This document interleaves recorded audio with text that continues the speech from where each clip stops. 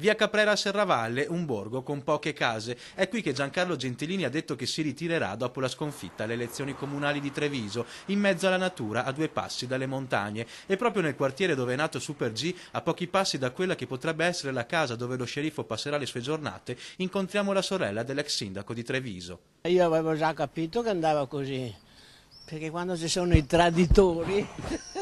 La delusione per la sconfitta, la rabbia per chi gli ha voltato le spalle, queste le parole della sorella del pro sindaco di Treviso, che ci spiega che ancora lo sceriffo non ha deciso cosa farà, se si ritirerà a Serravalle o se rimarrà nella sua casa nel capoluogo. E nel quartiere dove è nato sono molti a volere il suo ritorno. Lei ha sempre avuto simpatia per Gentilini, perché Gentilini non è nato qua, Gentilini conosciamo da quando si era ancora bambini, perciò se viene è sempre bene accettato. Qua è come sia casa sua.